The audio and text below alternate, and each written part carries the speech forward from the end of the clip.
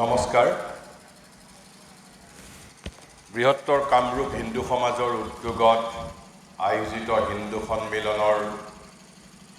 সন্মিলন উপলক্ষে আয়োজিত এই সভাৰ সভানেত্ৰী মহোদয়া ৰাণু বৰকাকতি মহোদয়া, মঞ্চত উপবিষ্ট আমাৰ সুদীৰ্ঘ দিনৰ সহোদৰ প্ৰতিম সহযাত্ৰী ব্ৰজেন কাকতি মহোদয়, এই সভা মঞ্চত উপস্থিত কামপুৰৰ শ্ৰদ্ধেয়া পূজনীয়া আই বাইসকল, এই সভা মঞ্চত উপস্থিত অধিবৃন্দ, ৰাণা ভূঞা প্ৰমুখ্যে, সন্মানীয় সংঘচালক ৰাণা ভূঞা প্ৰমুখ্যে, এই সভা মঞ্চত উপস্থিত আমাৰ সুদীৰ্ঘ দিনৰ আলোক প্ৰদৰ্শনকাৰী মানিক দা প্ৰমুখ্যে, ৰাষ্ট্ৰীয় স্বয়ংসেৱক সংঘৰ সমূহ কৰ্মকৰ্তাবৃন্দ, আমাক আপোনালোকে হিন্দুত্বৰ বিষয়ে ক'বলৈ ইয়াত নিমন্ত্ৰণ কৰিছে। ৰাষ্ট্ৰীয় স্বয়ংসেৱক সংঘই গৌৰৱোজ্জ্বল শতবৰ্ষ অতিবাহিত কৰিছে। সেই উপলক্ষে আপোনালোকে হিন্দু সন্মিলন আয়োজিত কৰিছে। কিন্তু হিন্দুত্বৰ বিশাল বৈপুল্যক, হিন্দুত্বৰ বিৰাট মহত্বক আচলতে আমাৰ দৰে ক্ষুদ্ৰ ব্যক্তিত্বই স্বল্প সময়ৰ ভিতৰত অভিব্যক্ত কৰাটো সঁচাকৈয়ে পৰ্বতত কাছকনি বিচৰাৰ দৰে ঘটনা। আৰু আপোনালোকে আমাক দেখিছে সেই তাহানি হনুমান বিপদত পৰাৰ দৰে, হনুমানে যেতিয়া বিশল্যকৰণী লক্ষ্মণক নিৰাময় কৰাৰ বাবে বিশল্যকৰণী বিচাৰি পাহাৰলৈ গৈছিল, সেই বিশল্যকৰণী বিচাৰি নাপাই যিধৰণে সমগ্ৰ পাহাৰখনকে দাঙি আনিব লগা হৈছিল, আমিও ঠিক সেই ধৰণে অজস্ৰ কিতাপ বহি আপোনালোকক সেই বিশল্যকৰণী অনাৰ দৰে আমি দাঙি আনিবলগীয়া হৈছে। আমি প্ৰয়াস কৰিম, ভগৱত কৃপাৰ বলত আমি ২-৪ আষাৰ মৌলিক কথা ক'বলৈ প্ৰয়াস কৰিম, কাৰণ আমি নিজৰ বিষয়ে জানিব লাগিব, আমাৰ হিন্দুত্বৰ বিষয়ে আমি জানিব লাগিব, সনাতন ধৰ্মৰ বিষয়ে আমি জানিব লাগিব। আজিৰ পৰা প্ৰায় ১১৩ বছৰ পূৰ্বে, আনকি ৰাষ্ট্ৰীয় স্বয়ংসেৱক সংঘৰো প্ৰতিষ্ঠাৰ পূৰ্বেই মই যিজনৰ শিক্ষাৰে শিক্ষিত হৈছোঁ, মাটিৰ পৃথিৱীত দিব্য জীৱনৰ স্বপ্নদ্ৰষ্টা মহাযোগী মহাঋষি শ্ৰী অৰবিন্দই তেখেতৰ এজন বন্ধুলৈ এখন চিঠি লিখিছিল ১৯১১ চনত। আৰু তেওঁ লিখিছিল তাতে চিঠিখনত, কৈছে যে spirituality is India's only politics. কৈছে আধ্যাত্মিকতাই ভাৰতৰ একমাত্ৰ ৰাজনীতি। Spirituality is India's only politics and fulfilment of Sanatan Dharma it's only Swaraj. অৰ্থাৎ ভাৰত স্বাধীন হোৱাৰ পূৰ্বেই মহাঋষিয়ে কৈ গৈছে যে সনাতন ধৰ্মৰ সাৰ্থকতাই হেনো ভাৰতবৰ্ষৰ একমাত্ৰ Swaraj. Fulfilment of Sanatan Dharma it's only Swaraj. তেওঁ কেৱল সেয়াই নহয়, তাৰো পূৰ্বে তেওঁ কৈ গৈছিল সাহসৰ সৈতে, কৈছে we are Hindus seeking to rehinduise society. হয়, আমি সমাজক we are trying to rehinduise society, not to Europeanise it. আমি ইউৰোপীয় কৰিব বিচৰা নাই, আমি ভাৰতক আমি পুনৰ we are trying to rehinduise it. কিয় ৰিহিন্দুৱাইজ বুলি ক'লে? নিশ্চিতভাৱে আমাৰ তেতিয়া অধঃপতন হৈছিল, আমি অধঃপতনৰ মাজত আছিলোঁ। কিন্তু আমি হিন্দুসকল কোন?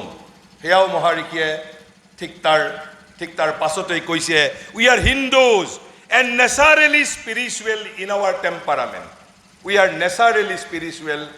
টেম্পাৰামেণ্ট। Because the work which we have to do, কাৰণ আমি যি কাম কৰিব লাগিব, ক'ত কৰিব লাগিব? ভগৱানৰ সৃষ্টি এই জগতত ভাৰতবৰ্ষই যি কাম কৰিব লাগিব, সেই কামো অনন্য কাম। সেই কাম কি? কৈছে is a work which no other nation can accomplish. কোনো আন ৰাষ্ট্ৰই সেই কাম সিদ্ধ কৰিব নোৱাৰে, কেৱল ভাৰতবৰ্ষই সিদ্ধ কৰিব পাৰিব। আৰু সেই কাম কি? দি স্পিৰিচুৱেলাইজেশ্যন অফ দি ৰেচ, সমগ্ৰ মানৱ জাতিৰ আধ্যাত্মিকৰণ। সমগ্ৰ মানৱ জাতিক আমি আধ্যাত্মিকতাৰ দ্বাৰা পৰিৱৰ্তিত কৰিব লাগিব। এয়া তেওঁ 1908 চনৰো পূৰ্বে এই কথা কৈ গৈছিল। আৰু সেইভাবে বিবেকানন্দই কৈছিল, first deluge the land with spiritual ideas, then other ideas will follow. আৰু সেইভাবে বিবেকানন্দই কৈ গৈছিল, up India, conquer the world with your spirituality. কৈছে সমগ্ৰ জগতক জয় কৰা, নট বাই নিউক্লিয়াৰ আৰ্ম।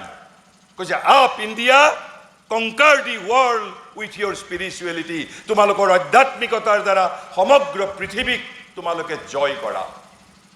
আৰু এই কথাৰ প্ৰতি আমি যদি সূক্ষ্ম দৃষ্টিৰে যদি দৃষ্টিপাত কৰোঁ, আজিৰ পৰা 600 বছৰ পূৰ্বেই আমাক ইয়াত গুৰুজনাই বাৰে বাৰে ভাৰতবৰ্ষৰ প্ৰতি দৃষ্টি আকৰ্ষণ কৰি গৈছে।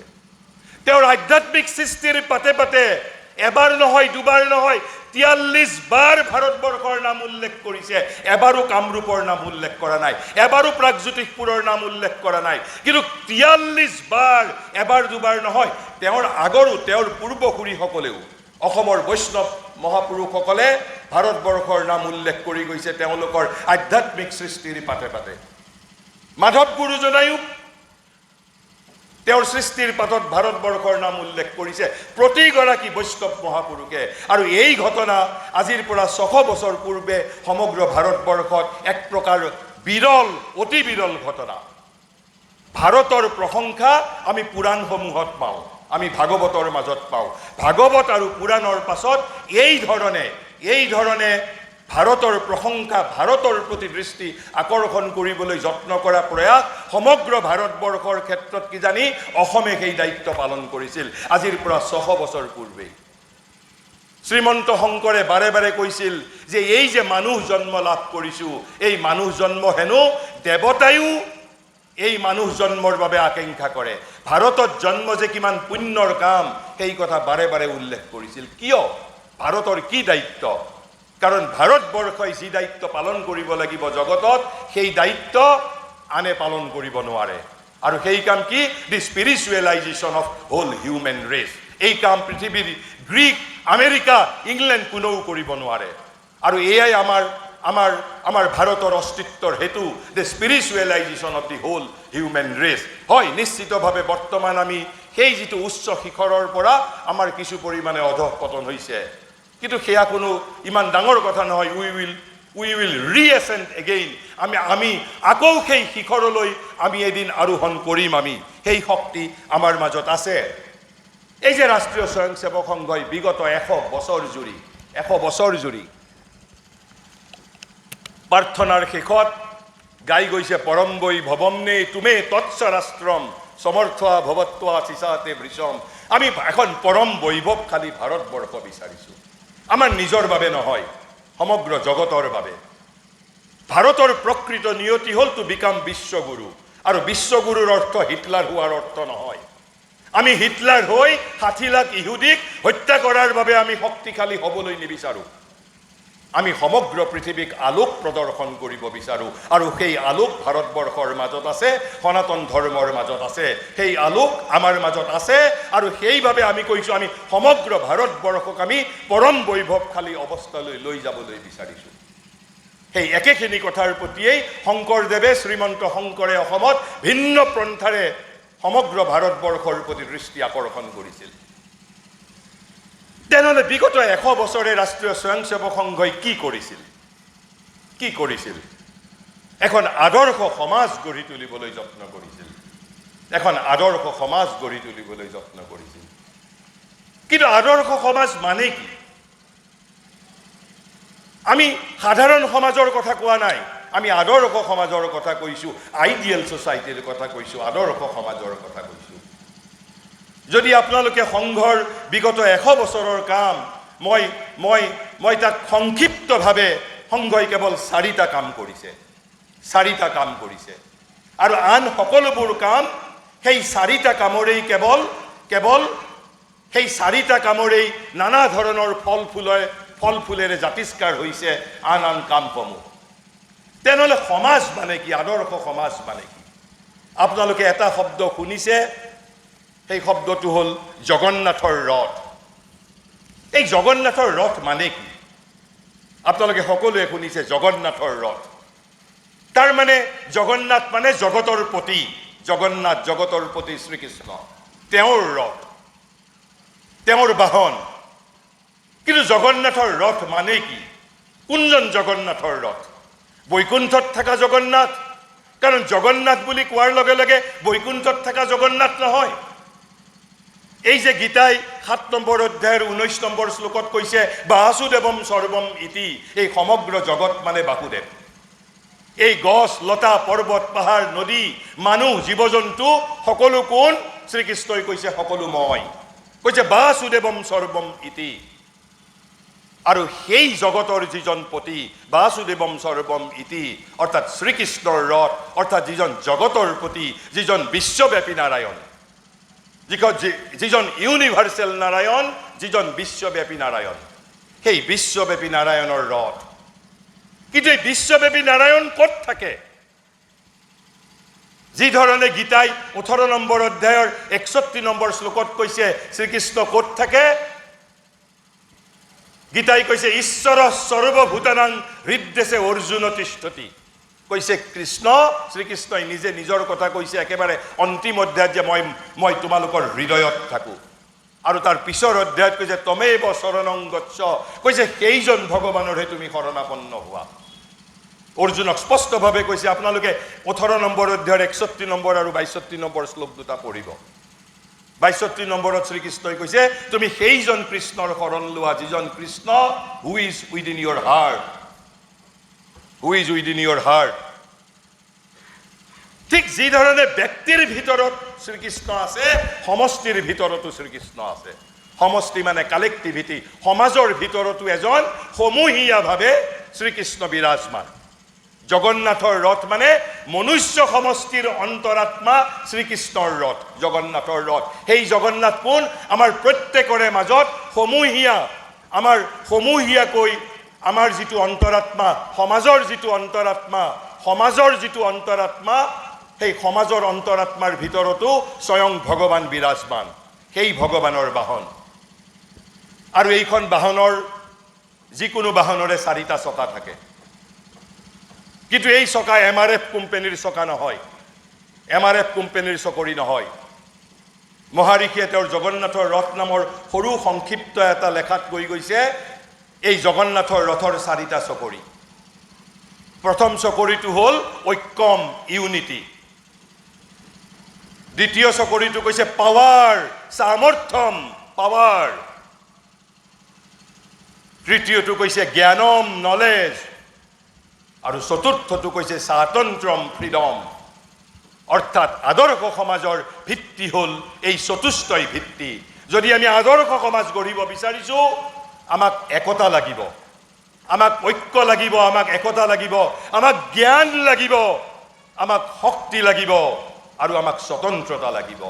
বিগত 100 বছৰে মোৰ দৃষ্টিত সংঘই এই 4টা বস্তুৰ জৰিয়তে ঐক্যম, জ্ঞানম, স্বাতন্ত্ৰম আৰু সামৰ্থ্যম, এই 4টা বস্তুৰ জৰিয়তে, এই 4টা বস্তুৰ জৰিয়তে এখন আদৰ্শ সমাজ গঢ়ি তুলিবলৈ যত্ন কৰিছে। আৰু যেতিয়া আমি আদৰ্শ সমাজ গঢ়ি তুলিবলৈ পাৰিম, তেতিয়া তেতিয়া তেতিয়া তেতিয়া আমি এখন আদৰ্শ ভাৰতবৰ্ষ গঢ়ি তুলিবলৈ পাৰিম। যেতিয়া আদৰ্শ ভাৰতবৰ্ষ গঢ়ি তুলিব পাৰিম, যেতিয়া আমি পৰম বৈভৱমনে তুমে তৎস্বৰাষ্ট্ৰম, আমি যেতিয়া পৰম বৈভৱশালী অৱস্থালৈ যাব পাৰিম, তেতিয়া আমি এখন ধুনীয়া বিশ্ব গঢ়ি তুলিব পাৰিম। আৰু সেই ধুনীয়া বিশ্বৰ কথাই অসমৰ একমাত্ৰ দাৰ্শনিক শিল্পী জ্যোতিপ্ৰসাদে কৈ গৈছে কি ধৰণে? কৈছে তোৰে মোৰে আলোকৰে যাত্ৰা, আমি পালো জীৱনৰ অৰ্থত অভিনৱ। আৰু তাৰ পিছত জ্যোতিপ্ৰসাদে কি কৈ গৈছিল? যে ৰূপান্তৰে হেমাটো জগত ধুনীয়া কৰে, এ মোৰ গায়ত্ৰী মন্ত্ৰ। হি ৱাজ আফটাৰ এ ধুনীয়া পৃথিৱী। ধুনীয়া পৃথিৱীৰ অৰ্থ এখন ধুনীয়া দেশ, এখন ধুনীয়া দেশৰ অৰ্থ এখন ধুনীয়া সমাজ, এখন ধুনীয়া সমাজৰ অৰ্থ এখন ধুনীয়া জীৱন, এটা ধুনীয়া জীৱন। আৰু সেই ধুনীয়া জীৱন যদি পাব লাগে, we have to transform our self. আমি যদি নিজক ৰূপান্তৰিত কৰিব বিচাৰোঁ, আমাক জ্ঞান লাগিব, আমাক শক্তি লাগিব, আমাক ঐক্য লাগিব, আমাক স্বাতন্ত্ৰম, আমাক স্বতন্ত্ৰতা লাগিব, আমাক স্বতন্ত্ৰতা লাগিব। মই এতিয়া 2-4টা আপোনালোকে আমাৰ বহু সময়ত আমাৰ শত্ৰুপক্ষই যিবোৰ আক্ৰমণ কৰে, আমি তেতিয়া বহু সময়ত আমি এটা ৰক্ষণাত্মক ভূমিকা গ্ৰহণ কৰোঁ। অন্ততঃ আপোনালোকে আজিৰ পৰা সাহসেৰে ক'ব পাৰিব লাগিব, যেতিয়া আমাৰ আগত কোনোবা পাশ্চাত্য দৰ্শনে আমাৰ দৰ্শনক যদি, আমাৰ সভ্যতা সংস্কৃতিক যদি, সনাতন প্ৰমূল্যক যদি উপহাস কৰিব বিচাৰে, তেনেহ'লে আমি তেওঁলোকক সোধা দৰকাৰ, মোক পৃথিৱীৰ এখন দেশ দেখুৱাই দিয়ক যিখন দেশে ক'ব পাৰিছে শ্ৰীনন্ত বিশ্বে অমৃতস্য পুত্ৰা বুলি, সমগ্ৰ জগতৰ মানুহক অমৃতৰ সন্তান বুলি ক'ব পাৰিছে। মোক পৃথিৱীৰ এখন দেশ দেখুৱাই দিয়ক, পৃথিৱীৰ এখন মাত্ৰ দেশ দেখুৱাই দিয়ক। কোনখন দেশে ক'ব পাৰিছে, কোনখন দেশে এতিয়ালৈ ক'ব পাৰিছে এই যে বসুধৈৱ কুটুম্বকম বুলি? কোনখন দেশে সমগ্ৰ পৃথিৱীক মা বুলি ক'ব পাৰিছে, মাতা ভূমি পুত্ৰ অহং পৃথিৱাহ বুলি ক'ব পাৰিছে? কোনখন দেশে ক'ব পাৰিছে? কোনজন মনীষীয়ে ক'ব পাৰিছে? প্লেটোৱে কৈছে নে এৰিষ্টটলে কৈছে নে কোনজন দাৰ্শনিকে ভাৰতবৰ্ষৰ বাহিৰে আন কোনোবাই ক'ব পাৰিছে নেকি? তেওঁলোকে ক'ব পৰা নাই, বিকজ দে আৰ নেৰো। আমি সমগ্ৰ পৃথিৱীক আলিংগন কৰিব বিচাৰিছোঁ, আমি সমগ্ৰ পৃথিৱীক মা বুলি কৈছোঁ। আন নালাগে, ভাৰতবৰ্ষত জগত জননী নামৰ এটা শব্দ আছে, সেই শব্দ তেওঁলোকৰ মাজত নাই, পৃথিৱীৰ কোনো ভাষাত নাই। সংস্কৃত ভিন্ন জগত জননী শব্দৰ ধাৰণা, জগত জননীৰ ধাৰণা পৃথিৱীৰ কোনো দেশত নাই। গতিকে আমাক যদি কোনোবাই বিশ্বজনীনতা শিকাবলৈ আহে, আমি কিয় শিকিম? বৰং তোমালোকে আমাৰ পৰা বিশ্বজনীনতা কি সেই কথা শিকিব লাগিব। তেনেহ'লে এই সমস্ত কথাৰ আমাৰ মূল বুনিয়াদ কি? আমাৰ মূল বুনিয়াদ হ'ল ভাৰতবৰ্ষৰ সমগ্ৰ ধাৰণাৰ ভিতৰত, হিন্দুত্বৰ ধাৰণাৰ ভিতৰত প্ৰথমটো যিটো ধাৰণা, হিন্দুত্ব মানে কোনো ৰাজনৈতিক ধাৰণা নহয়, কোনো সামাজিক ধাৰণা নহয়, কিন্তু সমাজ ৰাজনীতি সকলোৱে হিন্দুত্বক ব্যৱহাৰ কৰিব পাৰে যে নিজৰ উত্তৰণৰ বাবে, নিজৰ আত্মোন্নতিৰ বাবে হিন্দুত্বক ব্যৱহাৰ কৰাটোৱেই প্ৰয়োজনীয়। কিন্তু সেই বুলি হিন্দুত্বৰ নিজা প্ৰমূল্য আছে। প্ৰথমটো প্ৰমূল্য হ'ল তেনেহ'লে একংশত বিপ্ৰাহ বহুধা বদন্তি। আমি সমগ্ৰ জগতৰ সেই এক সত্যৰ কথাই কৈছোঁ, কিন্তু এক সত্যই কৈছে, ভাৰতবৰ্ষই কৈছে কি একংশত বিপ্ৰাহ বহুধা বদন্তি। কেৱল সেয়াই নহয়, ইছু উপনিষদৰ যদি আমি কেৱল মাত্ৰ প্ৰথম শ্লোকটো যদি হৃদয়ংগম কৰিব পাৰোঁ, we will be in the heart of Sanatan Dharma. আমি একেবাৰে সনাতন ধৰ্মৰ একেবাৰে মৰ্মত উপনীত হ'বলৈ পাৰিম। কি কৈছে প্ৰথমটো শ্লোকত আমাৰ ইছু উপনিষদৰ?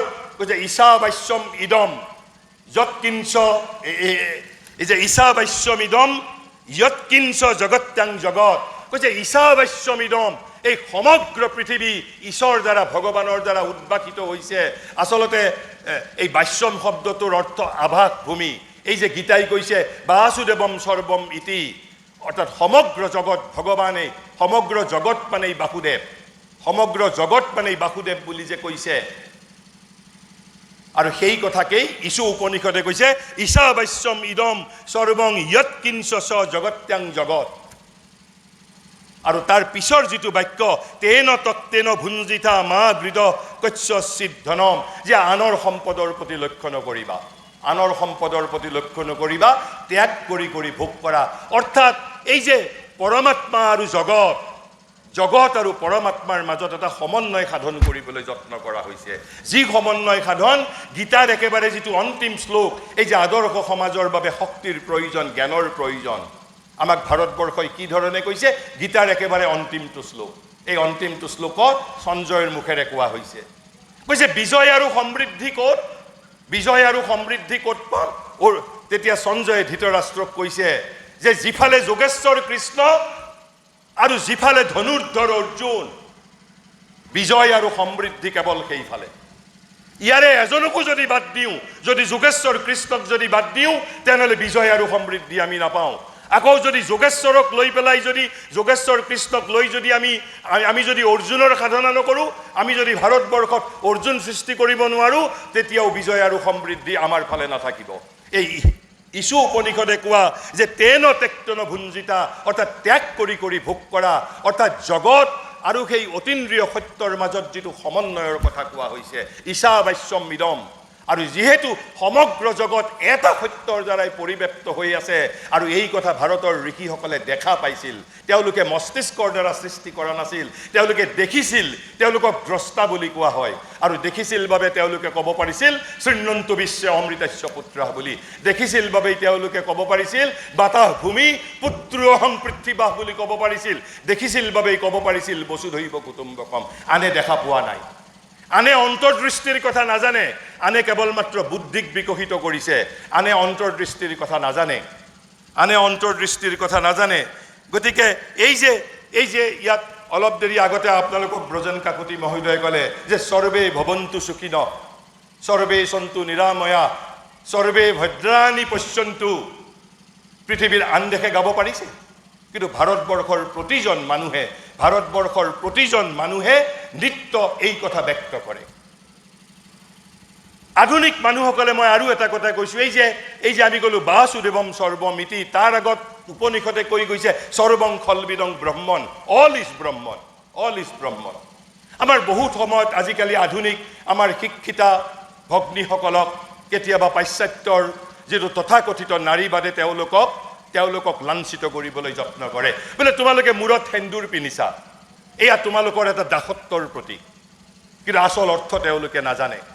এই যে আপোনালোকে সেন্দুৰ পিন্ধিছে, এয়া আপোনালোকৰ স্বামীৰ বাবে পিন্ধা নাই, আপোনালোকে শ্ৰীকৃষ্ণৰ বাবে পিন্ধিছে, জগতৰ পতিৰ বাবে। যেতিয়া আপোনালোকে শিৰত সেন্দুৰ লয় তেতিয়া মন্ত্ৰোচ্চাৰণ কৰিব লাগে ওম কৃষ্ণায় নমঃ। যেতিয়া কপালত সিন্দুৰ লয় তেতিয়া মন্ত্ৰোচ্চাৰণ কৰিব লাগে ওম কেশৱায় নমঃ। যেতিয়া আমি সিন্দুৰ কণ্ঠনলীত আমি লগাওঁ তেতিয়া মন্ত্ৰোচ্চাৰণ কৰিব লাগে ওম গোবিন্দায় নমঃ। যেতিয়া আমি শাখাত সিন্দুৰ লগাওঁ তেতিয়া মন্ত্ৰোচ্চাৰণ কৰিব লাগে ওম মধুসূদনায় নমঃ। যেতিয়া আমি আমাৰ বস্ত্ৰত সিন্দুৰ লগাওঁ তেতিয়া মন্ত্ৰোচ্চাৰণ কৰিব লাগে ওম বাসুদেৱায় নমঃ। কাৰণ বাসুদেৱম সৰ্বম ইতি, সমগ্ৰ জগত মানে বাসুদেৱ, একংসৎ বিপ্ৰাহ বহুধাঃ বদন্তি, ঈশাৱাস্যমিদম যৎকিঞ্চ জগত্যাং জগত। এয়াই হ'ল হিন্দুত্বৰ মূল ভিত্তিস্বৰূপ। আৰু মই এতিয়া আপোনালোকক মই বিশেষকৈ মই কেৱল মাত্ৰ 2-3টা কথা আপোনালোকক ক'বলৈ বিচাৰিছোঁ, যিকেইটা কথাই আপোনালোকৰ চিন্তাক উদ্ৰেক কৰিব। কিন্তু আপোনালোকে যদি জীৱনকালত সময় পায়, কিন্তু মই কোনো দাবী নকৰোঁ, মই কোনো আৰোপ নকৰোঁ। এই যে আৰোপ কৰিব কিয় খোজা নাই, এয়াও ভাৰতীয় জ্ঞান প্ৰণালীৰে এটা শিক্ষা। ক'ৰ পৰা পাইছোঁ? আপোনালোকে গীতাৰ 18 নম্বৰ অধ্যায়ৰ 63 নম্বৰ শ্লোকটো পঢ়ি চাব। তাতে শ্ৰীকৃষ্ণই অৰ্জুনক কৈছে, বোপাই তুমি এতিয়া কি কৰিবা? মইতো তোমাক 7 শ্লোক ক'লোঁ। আন ধৰ্মৰ মানুহে হ'লে ক'লেহেঁতেন যে গোড়া যিবোৰ ছেমিটিক ধৰ্ম আছে তেওঁলোকে ক'লেহেঁতেন ইউ হেভ টু ফলো। মই 7 শ্লোক কৈছোঁ, অন্ততঃ 7 শ্লোকৰ তুমি 7টা শ্লোক হ'লেও মানিব লাগিব। কিন্তু কৃষ্ণই অৰ্জুনক কি কৈছে জানে? আপোনালোকে নিজে গৈ পঢ়ি চাব। আজি কৈছে, বোপাই তোমাক মই ইমান কথা বুজালোঁ, তুমি কি কৰিবা এতিয়া? কৈছে, যথেচ্ছসি তথা কুৰু, তোমাৰ যি ইচ্ছা তুমি তাকে কৰা। Whatever you wish you do, তুমি যি ইচ্ছা কৰা তুমি তাকে কৰা, কেৱল মোৰ মাত্ৰ এটাই অনুৰোধ। আৰু সেইটো কি? কৈছে, কেৱল ধ্যানপূৰ্বক, কেৱল বিবেচনাপূৰ্বক মই যিখিনি কথা কৈছোঁ সেইখিনি তুমি বিবেচনা কৰা, তুমি তাৰ ওপৰত ধ্যান কৰা। তাৰপিছত যদি তুমি বিবেচনা কৰা যে this is to be rejected, এইবোৰ কথা তুমি মোক বাজে কথা কৈছা, তেওঁলোকে যথেচ্ছসি তথা কৰোঁ। এই আধ্যাত্মিক স্বাধীনতাৰ পৰাকাষ্ঠা, ইমান স্বাধীনতা, আধ্যাত্মিক স্বাধীনতা ভাৰতবৰ্ষৰ বাহিৰে পৃথিৱীৰ আন কোনো ধৰ্মই পৃথিৱীক কোনো যুগতেই দিব পৰা নাই। সেই ফালৰ পৰা মই সেইভাৱে কৈছোঁ, ইয়াত আমি যিখিনি কথা মই আপোনালোকক কম, you can accept it, you can reject it, you can throw' it away. কাৰণ আধুনিক বিশ্ব স্বাধীন বিশ্বৰ আপোনালোক স্বাধীন নাগৰিক। 3টা ভাষণ যদি আপোনালোকে জীৱনকালত যদি পঢ়িব পাৰে, মোৰ ওচৰত ইয়াত 3টা ভাষণেই আছে। 3টা ভাষণ। প্ৰথমটো ভাষণ বিবেকানন্দই 1893 চনৰ 11 ছেপ্টেম্বৰত চিকাগোত দিয়া প্ৰথম যিটো একেবাৰে সংক্ষিপ্ত আকস্মিক বক্তৃতা, 4-5 মিনিটৰ বক্তৃতা। আপোনাক পঢ়োতে 6 মিনিট, 7 মিনিট, 10 মিনিট লাগিব।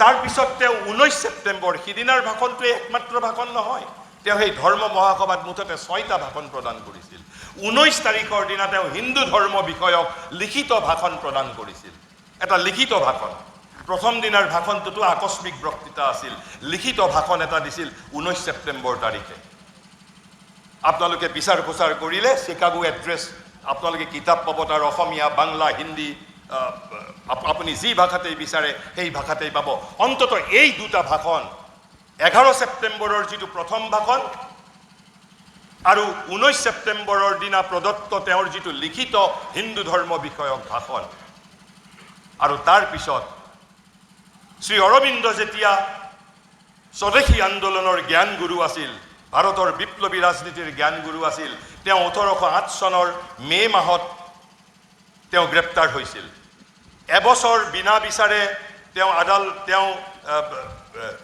কাৰাবন্দী হিচাপে থকাৰ পিছত এবছৰৰ পিছত মুক্তি পাইছিল ঠিক এবছৰ পিছত 6 মে 1909 চন আৰু তাৰ পিছত তেওঁ 24 দিনৰ পিছত প্ৰথমটো ৰাজহুৱা বক্তৃতা দিবলৈ গৈছিল কলিকতাৰ সমীপৱৰ্তী উত্তৰপাৰা নামৰ এখন ঠাইলৈ তাত তেওঁ যিটো উত্তৰপাৰা অভিভাষণ এটা বিখ্যাত ভাষণ সেই বিখ্যাত ভাষণটো যদি পঢ়িব আপোনালোকে পাৰে সেইটো পঢ়োতে আপোনালোকক 20 মিনিট 25 মিনিট সময় লাগিব এই তিনিটা ভাষণ যদি আপোনালোকে পঢ়ে মই ভাবিম হিন্দুত্বৰ যিটো প্ৰকৃত মৰ্ম কিয় সনাতন বুলি কোৱাৰ পিছতো হিন্দু শব্দ ক'ৰ পৰা আহিল হিন্দু ধৰ্মৰ মূল পৰিচয় কি সনাতন ধৰ্মৰ মূল বৈশিষ্ট্য কি আৰু সনাতন ধৰ্মৰ কিয় উদয় হৈছে মই কেৱল সেই ভাষণৰ 2-4 আখৰ কথা মই আপোনালোকক দৃষ্টিগোচৰ কৰিব বিচাৰিছো বিবেকানন্দই তাত এটা মই মাত্ৰ চিকাগো ভাষণৰ প্ৰথম দিনাৰ ভাষণৰ মই তিনিটা কথা আপোনালোকৰ প্ৰতি দৃষ্টি আকৰ্ষণ কৰিব খুজিছোঁ তাত ব্ৰজান কাকতি মহোদয়ে কোৱা কথাখিনিকেই বিবেকানন্দই অলপ ভিন্ন ভাষাৰে কৈছে মই একেবাৰে শেষত সূত্ৰাকাৰে হিন্দুত্ব মানেনো কি মই তিনিটা সূত্ৰৰ কথা ক'ম বিবেকানন্দই 11 ছেপ্টেম্বৰ 1893 কৈছিল I am proud to belong to a religion which has taught the world যিটো ধৰ্মই পৃথিৱীক শিকাইছে কি শিকাইছে both tolerance and universal acceptance তাৰ পিছত তেওঁ কৈছে we believe not only in universal toleration but we accept all religions as true কিন্তু পৃথিৱীত একমাত্ৰ এই হিন্দু সন্ন্যাসীয়ে সকলো ধৰ্মক কৈছে আমি কেৱল সকলো ধৰ্মকে সহ্য কৰাই নহয় সকলো ধৰ্মকে সঁচা বুলি স্বীকাৰ কৰোঁ কিন্তু তাৰ আগলৈ পৃথিৱীৰ আন ধৰ্মসমূহে আন ধৰ্মক সত্য বুলি স্বীকাৰ কৰা নাছিল এয়া আমেৰিকাত গৈ 30 বছৰীয়া হিন্দু যুৱক সন্ন্যাসীয়ে উদাত্ত কণ্ঠেৰে ঘোষণা কৰিছিল কৈছে we believe not only in universal toleration but we accept all religions as true এয়া হল প্ৰথমটো সত্য ভাৰতবৰ্ষৰ বিষয়ে তাৰ পিছত তেওঁ কৈছে I will quote to you brethren a few lines from a hymn which I remember to have repeated from my earliest boyhood কৈছে যিটো বস্তু এটা মন্ত্ৰ আপোনালোকৰ আগত মই উল্লেখ কৰিব বিচাৰিছো যিটো মন্ত্ৰ ভাৰতবৰ্ষৰ নৰনাৰীয়ে প্ৰায় প্ৰতিটো উশাহ সেই মন্ত্ৰ উচ্চাৰণ কৰে আৰু সেইটোৰ মূল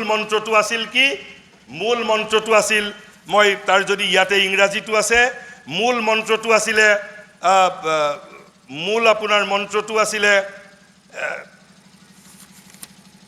কৈছে এটা ৰুচিনাং বৈচিত্ৰ্যত অৰ্থাৎ তাৰ মই যিটো অৰ্থটো কৈ দিছো অৰ্থটো হল কৈছে কি যে which is very everyday repeated by millions of human beings as the different streams having their sources in different places as the different streams অৰ্থাৎ নদীবোৰৰ উৎস ভিন ভিন কিন্তু প্ৰতিখন নদীয়েই শেষত গৈ সাগৰত মিলিত হয় আমাৰ হিন্দুত্ব সনাতন ধৰ্মৰ এইটো হল প্ৰথম বৈশিষ্ট্য আপুনি যি পথেৰে সাধনা নকৰক কিয় এটাই মাত্ৰ একমাত্ৰ পথ বুলি ভাৰতবৰ্ষই এই অযৌক্তিক দাবী কেতিয়াও কৰা নাই কৈছে আপুনি যি ফালেৰেই নাযাওক কিয় নদী যি ধৰণে গৈ সকলোৰে উৎস ভিন ভিন হোৱাৰ পিছতো এটা জাগাতেই গৈ মিলিত হয় আৰু সেই জাগাতেই গৈ ঠিক কৈছে ভাৰতবৰ্ষত এই মন্ত্ৰ এইটো শিৱ মহিমান শ্ৰোতম নামৰ কিতাপত উল্লেখ আছে শাস্ত্ৰত এই মন্ত্ৰৰ কথা তেওঁ প্ৰথম দিনাই বিশ্ব মঞ্চত ঘোষণা কৰিছিল আৰু কৈছে যে which is every day repeated by millions of Hindu beings as the different streams having their sources in different places all mingle their water in the sea. So O Lord, the different paths which men take through different tendencies, various though they appear, crooked or straight, all lead to thee. কৈছে যি পথেৰে আপুনি পূজা কৰক, নাম প্ৰসংগ কৰক, আপুনি কৰ্মকাণ্ড কৰক, ভাৰতবৰ্ষত ভগৱানে কৈছে সকলো মোৰ ওচৰলৈকে আহি সকলো মিলিত হ'ব। তাৰপিছত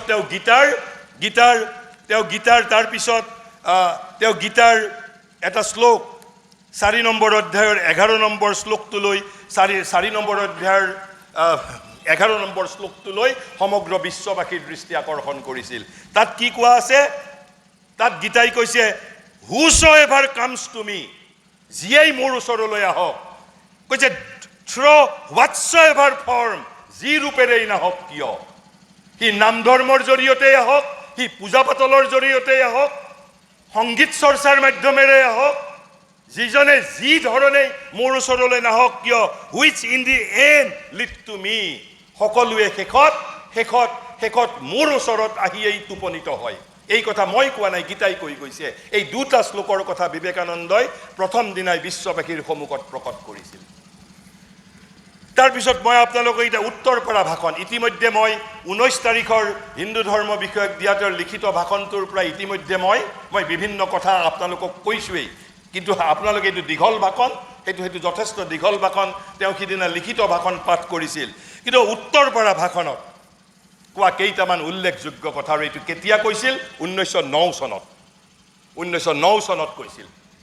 আৰু কি সাহসৰ সৈতে, দুৰ্দান্ত সাহসৰ সৈতে কৈছিল।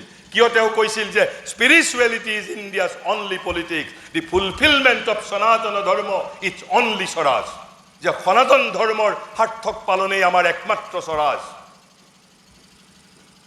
শ্ৰী অৰবিন্দই মই অসমীয়াত নিজে অনুবাদ কৰি প্ৰকাশিত হৈছে, মই তাৰ পৰাই পঢ়ি দিছোঁ। তেওঁ কৈছে ইতিপূৰ্বে এবাৰ মোৰ ভিতৰৰ এই শক্তিৰে কথা কৈছিলোঁ যে এই আন্দোলন ৰাজনৈতিক আন্দোলন নহয়। কোনটো আন্দোলনৰ কথা কৈছিল? হি ৱাজ ৰেফাৰিং টু স্বদেশী মুভমেণ্ট, স্বদেশী আন্দোলনৰ কথা কৈছে। মই সেই বিষয়ে আপোনালোকৰ এটা কথাৰ প্ৰতি দৃষ্টি আকৰ্ষণ কৰিম। ভাৰতবৰ্ষৰ এতিয়ালৈকে সফল ৰাজনৈতিক আন্দোলন একমাত্ৰ স্বদেশী আন্দোলন। কিয় সফল বুলি কৈছোঁ মই ক'ম, আৰু কিয় সফল হৈছিল, তাৰ সফল হোৱাৰ শক্তি, সি শক্তি ক'ৰ পৰা পাইছিল? কৈছে এই আন্দোলন ৰাজনৈতিক আন্দোলন নহয় আৰু জাতীয়তা ৰাজনীতি নহয়। কৈছে নেশ্যনেলিজিম ইজ নট পলিটিক্স। তেওঁ প্ৰথমতে কৈছিল জেলত যোৱাৰ পূৰ্বে, কৈছে জাতীয়তা ৰাজনীতি নহয়, বৰং এটা ধৰ্ম, এক বিশ্বাস, এক নিষ্ঠা। তাৰপিছত কিন্তু তেওঁ সেই কথাখিনি সংশোধন কৰি অলপ বেলেগ ধৰণে কৈছে। এইবাৰ একেখিনি কথাই কৈছে। আজি পুনৰ মই সেই কথাই কৈছোঁ, কেৱল অন্যভাৱে কৈছে। মই আৰু নকওঁ যে জাতীয়তা এক বিশ্বাস, এটা ধৰ্ম, এক নিষ্ঠা। মই কৈছোঁ আমাৰ বাবে সনাতন ধৰ্মই জাতীয়তা। কৈছে সনাতন ধৰ্ম ইটছেল্ফ ইজ ফৰ আছ নেশ্যনেলিজিম। এই দুৰ্দান্ত সাহসেৰে তেওঁ 1909 চনত কৈ থৈ গৈছে। কৈছে সনাতন ধৰ্মই আমাৰ বাবে জাতীয়তা। তাৰপিছত কৈছে এই হিন্দু জাতি উপজিছিল, হিন্দুক প্ৰথম জাতি হিচাপে তেওঁ সম্বোধন ধৰিছে। কৈছে এই হিন্দু জাতি উপজিছিল সনাতন ধৰ্মৰ সৈতে, ইয়াৰ সৈতে ই বিচৰণ কৰে, ইয়াৰ সৈতে ই বিকাশ লাভ কৰে। যেতিয়া সনাতন ধৰ্মৰ অৱনতি হয় তেতিয়া জাতিৰো অৱনতি হয়। আৰু যদি সনাতন ধৰ্ম বিনাশপ্ৰাপ্ত হোৱাটো সম্ভৱ হ'লহেঁতেন, তেনেহ'লে সনাতন ধৰ্মৰ সৈতে এই জাতিও বিনাশপ্ৰাপ্ত হ'লহেঁতেন। সনাতন ধৰ্ম এয়াই জাতীয়তা। তেওঁ এইখিনি কথাৰে উত্তৰ পৰা ভাষণ শেষ কৰিছিল। স্পষ্টভাৱে কৈছে সনাতন ধৰ্ম, এই সনাতন ধৰ্মই আমাৰ বাবে জাতীয়তা। সনাতন ধৰ্ম কেৱল মাত্ৰ আমি বিশ্বগুৰু হ'বৰ বাবে প্ৰয়োজন হয়, সনাতন ধৰ্ম ইটছেল্ফ ফৰ আছ নেশ্যনেলিজিম। আৰু সেইবাবেই তেওঁ কৈছে দি fulfilment of Sanatan Dharma it's only Swaraj. কৈছে আধ্যাত্মিকতাই ভাৰতৰ একমাত্ৰ ৰাজনীতি, আৰু সনাতন ধৰ্মৰ সাৰ্থক পালনেই আমাৰ বাবে একমাত্ৰ স্বৰাজ। তাৰপিছত তেওঁ আকৌ কৈছে এই ধৰ্মক হিন্দু ধৰ্ম বুলি কিয় কোৱা হয়? আমাৰ পূৰ্বপুৰুষসকলে এই ধৰ্মক কোনো নাম দিয়া নাছিল। কিন্তু আজি আমি এই ধৰ্মক সনাতন ধৰ্ম বুলিও জানো, সনাতন প্ৰমূল্য বুলিও জানো, হিন্দু ধৰ্ম বুলিও জানো। তাৰ কাৰণ কি পাৰে হ'ব? মহাৰিষিয়ে লিখিছে শুনক, কৈছে যে তেনেহ'লে এয়াই আপোনালোকৰ ওচৰত মোৰ বক্তব্য। আপোনালোকৰ সভাৰ নাম ধৰ্মৰক্ষিণী সভা, ভাল কথা, ধৰ্মৰ ৰক্ষা, জগতৰ সন্মুখত হিন্দু ধৰ্মৰ ৰক্ষা তথা অভ্যুত্থান। স্পষ্ট ভাষাত কৈছে জগতৰ সন্মুখত, কৈছে জগতৰ সন্মুখত হিন্দু ধৰ্মৰ ৰক্ষা তথা অভ্যুত্থান, আমাৰ সন্মুখত এয়াই কাম। আৰু কৈছে কিন্তু হিন্দু ধৰ্ম কি? এই যি ধৰ্মক আমি সনাতন বুলি কওঁ সৰ্বকালিক, এই ধৰ্ম কি? কৈছে এয়া হিন্দু ধৰ্ম। স্পষ্ট ভাষাত কৈছে এয়া হিন্দু ধৰ্ম। কেৱল এইবাবেই যে হিন্দু জাতিয়ে ইয়াক প্ৰতিপালন কৰিছে, হিন্দু জাতিয়ে এই ধৰ্মক প্ৰতিপালন কৰিছে। হিমালয় তথা সমুদ্ৰৰ দ্বাৰা পৰিবেষ্টিত এই উপদ্বীপত নিৰ্জনতাত এই ধৰ্ম গঢ়ি উঠিছে। এই পুণ্য তথা প্ৰাচীন ভূমিত আৰ্য জাতিৰ ওপৰত ভাৰ দিয়া হৈছিল এই ধৰ্মক যুগ যুগান্তৰৰ মাজেৰে ৰক্ষা কৰিবলৈ। ইট ৱাজ এনট্ৰাষ্টেড অপন আছ। এই ধৰ্মক ৰক্ষা কৰাৰ আমাৰ দায়িত্ব। সেইবাবে আমি হিন্দু সন্মিলন আয়োজিত কৰিছোঁ। এই ধৰ্মক আমি ৰক্ষা কৰিব লাগিব সমগ্ৰ জগতৰ বাবে। কিন্তু এই ধৰ্ম মানে কি? সনাতন বুলি কিয় কোৱা হৈছে? ইয়াক সনাতন বুলি কিয় কোৱা হৈছে? তাৰপিছত তেখেতে কৈছে কিন্তু ই কোনো এখন দেশৰ গণ্ডিৰ মাজত সীমাবদ্ধ নহয়। কৈছে এই ধৰ্ম কোনো এখন দেশৰ গণ্ডিৰ মাজত সীমাবদ্ধ নহয়, যে জগতৰ কোনো এক সীমাবদ্ধ অংশৰ বাবে বিশেষভাৱে আৰু চিৰকালৰ বাবে এই ধৰ্ম নহয়। যাক আমি হিন্দু ধৰ্ম বুলি কওঁ প্ৰকৃতপক্ষে সেয়া সনাতন ধৰ্ম, কাৰণ ই বিশ্বজনীন ধৰ্ম। অন্য সকলো ধৰ্মই ইয়াৰ অন্তৰ্গত, অন্য সকলো ধৰ্মই ইয়াৰ অন্তৰ্গত। কোনো ধৰ্ম যদি সাৰ্বজনীন নহয় তেনেহ'লে সেয়া সনাতনো হ'ব নোৱাৰে। কোনো সংকীৰ্ণ ধৰ্ম, সাম্প্ৰদায়িক ধৰ্ম, অনুদাৰ ধৰ্ম কেৱল স্বল্পকাল তথা সীমাবদ্ধ সামান্য উদ্দেশ্যৰ বাবেহে জীৱিত থাকিব পাৰে। তাৰপিছত তেওঁ কৈছে এয়াই একমাত্ৰ ধৰ্ম যি বিজ্ঞানৰ আৱিষ্কাৰ তথা দাৰ্শনিক চিন্তাৰাজিৰ পূৰ্বাভাস দিয়ে। অকল ধৰ্মৰে নহয়, কৈছে বিজ্ঞান আৰু দৰ্শনৰো পূৰ্বাভাস প্ৰদান কৰে কোনে? এই সনাতন ধৰ্মই। সেইসমূহক নিজৰ অন্তৰ্ভুক্ত কৰি লৈ জড়বাদৰ ওপৰত জয়ী হ'ব পাৰে। এয়াই একমাত্ৰ ধৰ্ম যি মানৱ জাতিক ভালদৰে বুজাই দিয়ে ভগৱান আমাৰ কিমান সমীপত। ঈশ্বৰ সৰ্বভূতানাং হৃদ্দেশে অৰ্জুন তিষ্ঠতি। কৈছে ভগৱান আমাৰ কিমান সমীপত, কিমান আমাৰ আপোন। মানুহে যিমান ধৰণৰ সাধনাৰ দ্বাৰা ভগৱানৰ দিশে অগ্ৰসৰ হ'ব পাৰে সমস্ত ইয়াৰ অন্তৰ্গত। এয়াই একমাত্ৰ ধৰ্ম যি প্ৰতি মুহূৰ্ততে সৰ্বধৰ্ম স্বীকৃত এই সত্যটোৰ ওপৰত জোৰ দিয়ে যে ভগৱান সকলো মানৱ, সকলো বস্তুৰ মাজতেই বৰ্তমান, আৰু আমি তেওঁৰ এই মাজত বিচৰণ কৰিছোঁ, তেওঁৰ এই মাজত বাস কৰিছোঁ। এয়াই একমাত্ৰ ধৰ্ম যি এই সত্যটোক কেৱল বুজি পোৱাত তথা বিশ্বাস কৰাতেই আমাক সাহায্য নকৰে, বৰং আমাৰ সমস্ত সত্তাৰে ইয়াক উপলব্ধি কৰাটো সাহায্য কৰে। এয়াই একমাত্ৰ ধৰ্ম যি জগতক দেখুৱাই দিয়ে যে জগত কি? জগত বাসুদেৱৰ লীলা, বাসুদেৱম সৰ্বম ইতি। কৈছে এয়াই একমাত্ৰ ধৰ্ম যি আমাক দেখুৱাই দিয়ে কিদৰে আমি এই লীলাৰ মাজত আমাৰ নিজ নিজ ভূমিকা সৰ্বোৎকৃষ্টভাৱে গ্ৰহণ কৰিব পাৰোঁ। দেখুৱাই দিয়ে ইয়াৰ সূক্ষ্মতম ধাৰাৰাজি কি, ইয়াৰ উদাৰতম নীতিসমূহ কি। এয়াই একমাত্ৰ ধৰ্ম যি জীৱনক ক্ষুদ্ৰতম বিষয়তো ধৰ্মৰ পৰা বিচ্ছিন্ন নকৰে, যি জানে অমৃতত্ব কি আৰু যি আমাৰ মৃত্যু ভয় সম্পূৰ্ণৰূপে দূৰ কৰি পেলাইছে। মই মোটামুটিভাৱে উত্তৰ পৰা ভাষণৰ পৰা আপোনালোকক এটা সামগ্ৰিকভাৱে, but you can accept it, you can reject it, it is up to your wisdom. মই অলপ আগতে আপোনালোকক কৈছিলোঁ যে স্বদেশী আন্দোলনেই ভাৰতবৰ্ষৰ এতিয়ালৈকে একমাত্ৰ সফল ৰাজনৈতিক আন্দোলন। কিয় কৈছোঁ? স্বদেশী আন্দোলনৰ পৃষ্ঠভূমি কি? 1905 চনত ব্ৰিটিছ চৰকাৰে বংগক বিভাজিত কৰিছিল।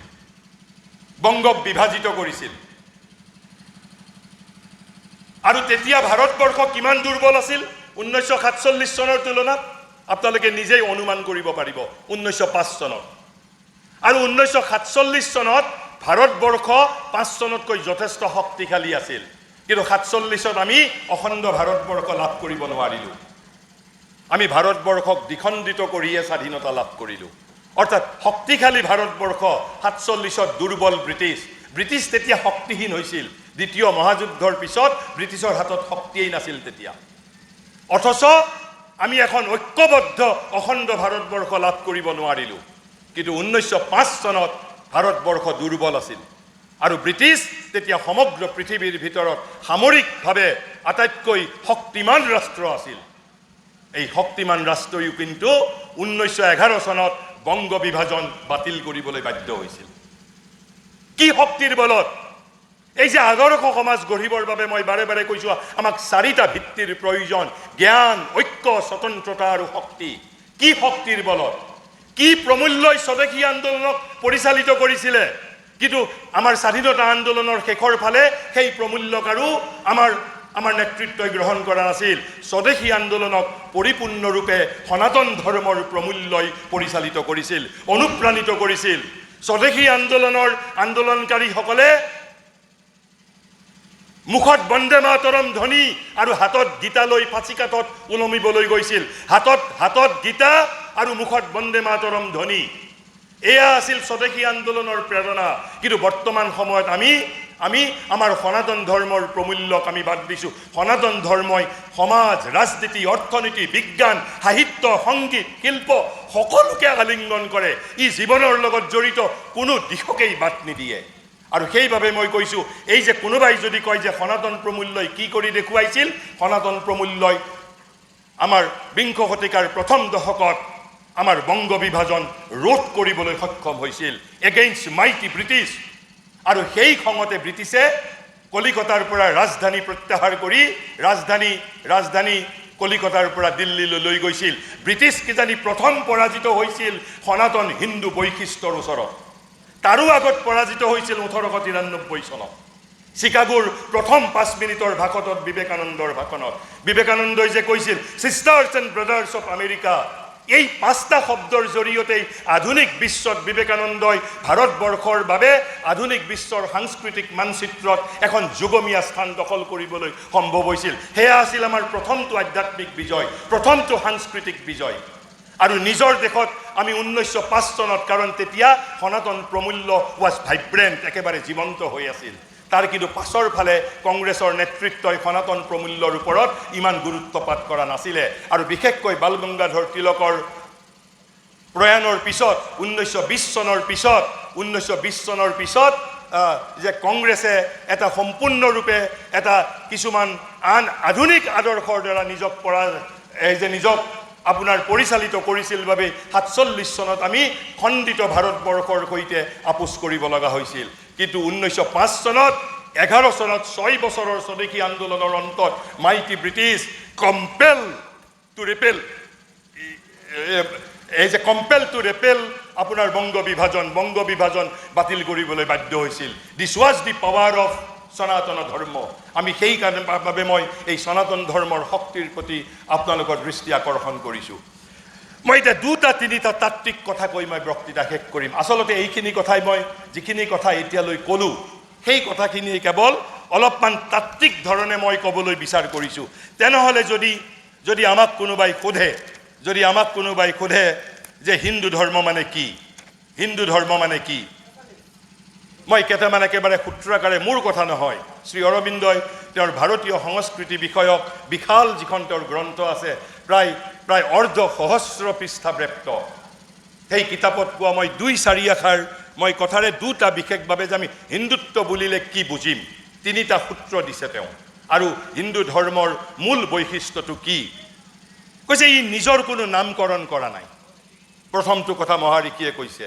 কিন্তু 1909 চনত তেওঁ হিন্দু ধৰ্ম বুলি কিয় কোৱা হয়, হিন্দু জাতি, তাৰো কাৰণ তেওঁ ব্যাখ্যা কৰি থৈছে।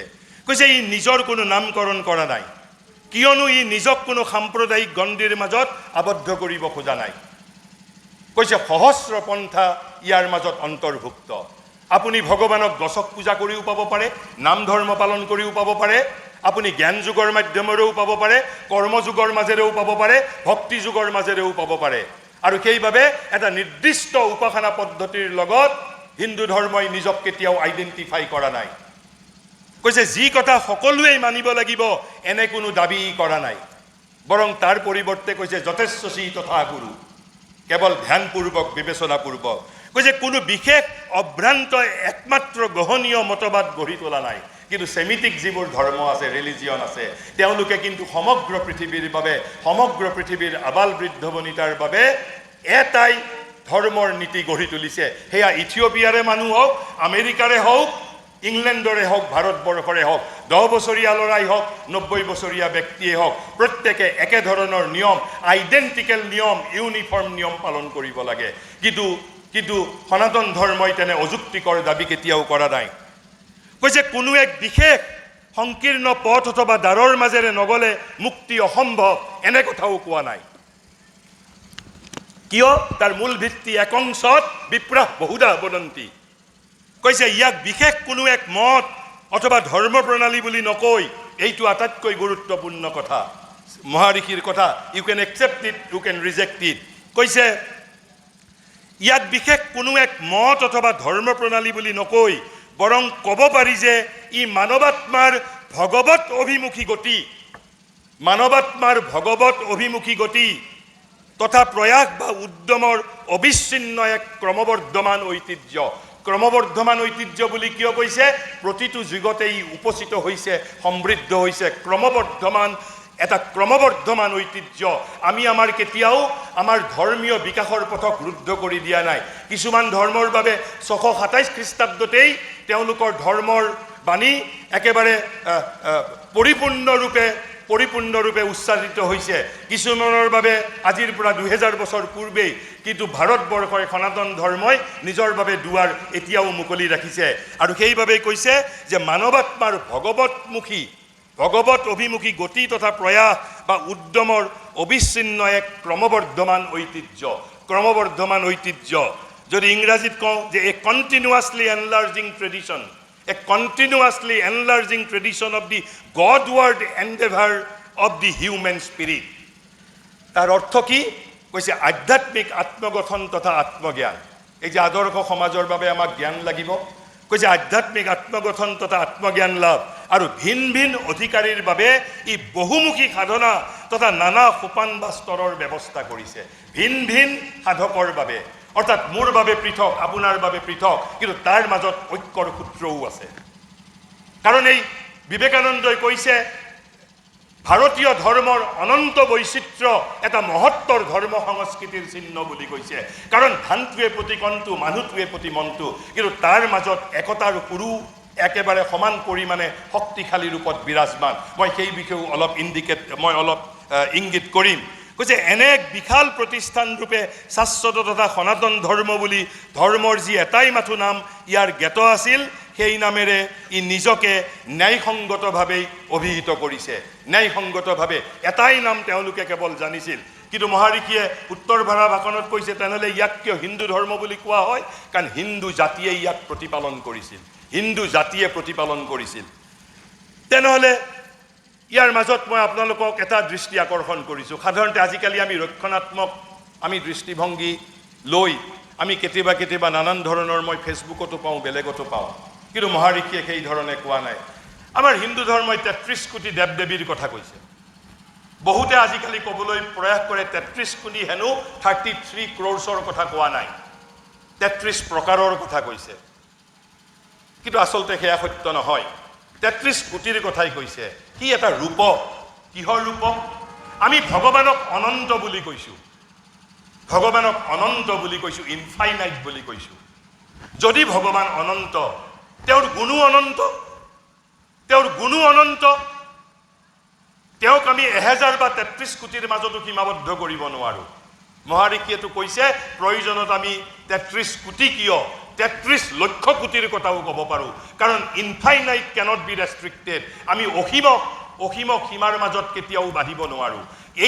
এই যে দেৱ দেৱীৰ কথা কওঁ, এইবোৰ একেই ব্ৰহ্মণৰ একো একোটা শক্তি তথা গুণৰ অভিব্যক্তি মাত্ৰ, একো একোটা গুণ বা শক্তিৰ কেৱল প্ৰকাশ মাত্ৰ। আৰু মহাঋষিয়ে কি কৈছে শুনিব। কৈছে সাধাৰণ ভাৰতীয় হিন্দুৱে 30 কোটি বা ততোধিক দেৱতাত বিশ্বাস কৰে। পৃথিৱীৰ ভাৰত নাম বিশিষ্ট এই উপদ্বীপটোত যিমান মানুহে বাস কৰে, ভিন ভিন প্ৰকাৰৰ স্বৰ্গসমূহত সিমান অধিবাসীৰ নাম। বৰং যদি প্ৰয়োজনে দেখা দিয়ে, এই অতি বৃহৎ সংখ্যা তেওঁ ইয়াতকৈও বৃদ্ধি কৰিবলৈ আপত্তি নকৰে। মই 33 কোটিৰ পৰা 33,000 কোটিও কৰিব পাৰোঁ, 33 লক্ষ কোটিও কৰিব পাৰোঁ।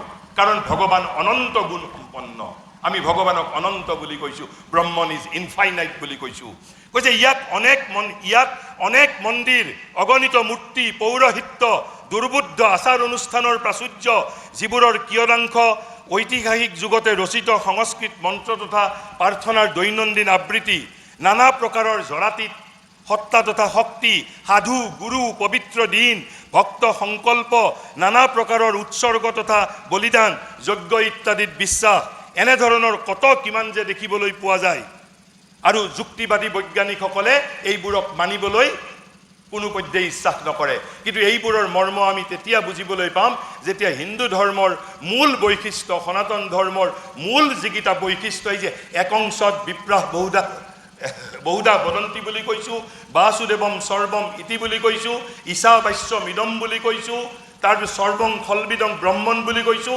শৃণ্বন্তু বিশ্বে অমৃতস্য পুত্ৰ বুলি কৈছোঁ আৰু মানুহক কি বুলি কৈছে হিন্দু ধৰ্মই গীতাৰ 15 নম্বৰ অধ্যায়ৰ 7 নম্বৰ শ্লোকত কৈছে মম এব অংশ সনাতন শ্ৰীকৃষ্ণই কৈছে মানুহ কোন যেনেকে জগত ভগৱানৰে এটা প্ৰকাশ ভগৱানৰ লীলা বাসুদেৱৰ লীলা তেনেকে মানুহ কোন বুলি কৈছে যে মানুহ ভগৱানৰ সনাতন অংশ কৈছে মম এব অংশ সনাতন বুলি কৈছে আমি যেতিয়ালৈকে এই মূল তত্ত্বৰ বিষয়ে আমি যেতিয়ালৈকে আলোচনা নকৰিম তেতিয়ালৈকে আমি সনাতন হিন্দু ধৰ্মৰ অনন্ত বৈচিত্ৰ্যৰ বিষয়ে আমি কেতিয়াও অনন্ত বৈচিত্ৰ্যক হৃদয়ঙ্গম কৰিব নোৱাৰোঁ কাৰণ জগত মানেই বৈচিত্ৰ্য ওৱান ইজ বিকামিং মেনি আৰু ভাৰতবৰ্ষই কোনো ক্ষেত্ৰতে এই বৈচিত্ৰ্যক বিনাশ কৰিব খোজা নাই কাৰণ বৈচিত্ৰ্যই জগতৰ একমাত্ৰ বৈশিষ্ট্য যদি বৈচিত্ৰ্যক বিনাশ কৰোঁ তেনেহ'লে ভগৱানটো এক হৈ আছিলেই তেওঁ অব্যক্ত হৈ আছিলেই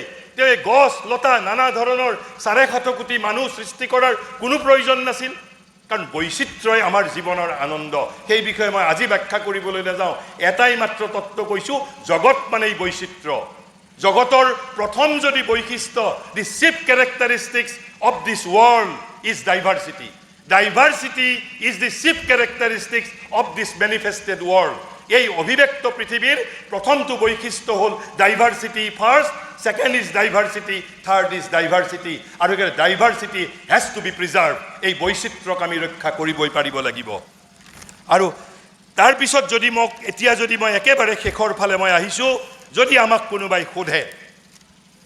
কোনোবাই সোধে যে এই হিন্দু ধৰ্ম কি আন যিবোৰ সেমিটিক ৰিলিজন আছে তেওঁলোকে কয় তোমালোকৰ এখন অহলে কিতাপ নাই তোমালোকৰ এখন ৰিভিল বুক নাই তোমালোকৰ তাত অজস্ৰ শাস্ত্ৰ তোমালোকৰ এজন ধৰ্ম প্ৰৱৰ্তক নাই আমাৰ যি ধৰণে এজন ধৰ্ম প্ৰৱৰ্তক আছে তোমালোকৰ ধৰ্মৰ কোনো সূত্ৰ নাই কাৰণ ভাৰতীয় ঋষিসকলে সনাতন ধৰ্মক সূত্ৰৰ মাজত আবদ্ধ কৰিব খোজাই নাছিল কাৰণ my religion has to be eternal religion সনাতন হ'ব লাগিব সীমাবদ্ধতাৰ মাজত কেতিয়াও সংকুচিত কৰিবলৈ প্ৰয়াস কৰাই নাছিল তেনেহ'লে আমাক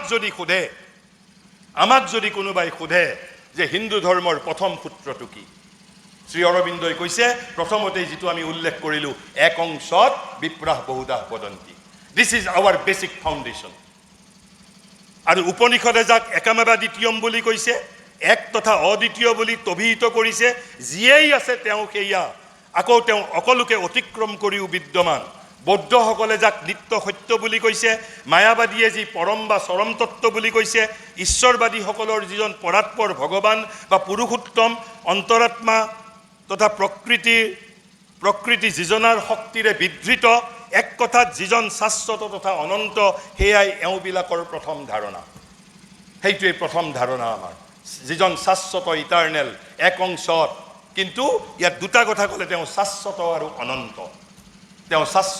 অনন্ত হি ইজ that একংশত is not only eternal but also infinite তেওঁৰ অনন্ত গুণ আছে আৰু যিহেতু তেওঁৰ অনন্ত গুণ আছে ভাৰতবৰ্ষৰ তেনেহ'লে দ্বিতীয় কৈছে এয়াই এই সংস্কৃতিৰ প্ৰথম সাধাৰণ ভিত্তি কিন্তু মনুষ্য বুদ্ধিৰ দ্বাৰা ই নানা বৈচিত্ৰ্যময় অসংখ্য সূত্ৰত প্ৰকাশিত হ'ব পাৰে আৰু হৈছেও সূত্ৰ কিন্তু এটাই কিন্তু নানা বৈচিত্ৰ্যৰ মাজেৰে বিবেকানন্দইটো কৈছে সমগ্ৰ পৃথিৱীৰ বাবে এটা ধৰ্ম নহয় তেওঁতো কৈছে প্ৰতিজন মানুহৰ বাবে এটাকৈ সুকীয়া ধৰ্মৰ প্ৰয়োজন, কাৰণ আমাৰ প্ৰত্যেকৰে বৈশিষ্ট্য আছে। আমি নিজৰ স্বভাৱ আৰু স্বধৰ্মৰ জৰিয়তে সেই অনন্তত আমি গৈ মিলিত হ'ম।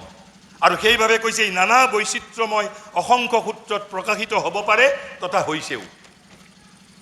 আৰু এই অনন্তক, এই সনাতনক, এই শাশ্বতক আৱিষ্কাৰ কৰা, ইয়াৰ সামীপ্যত উপনীত হোৱা, ইয়াৰ সৈতে কোনো এক ধৰণে এক হোৱা, এয়াই আধ্যাত্মিকতাৰ চৰম তথা পৰম সাধনা। ভাৰতীয় ধৰ্মমতৰ এয়াই প্ৰথম সাৰ্বজনীন ধাৰণা।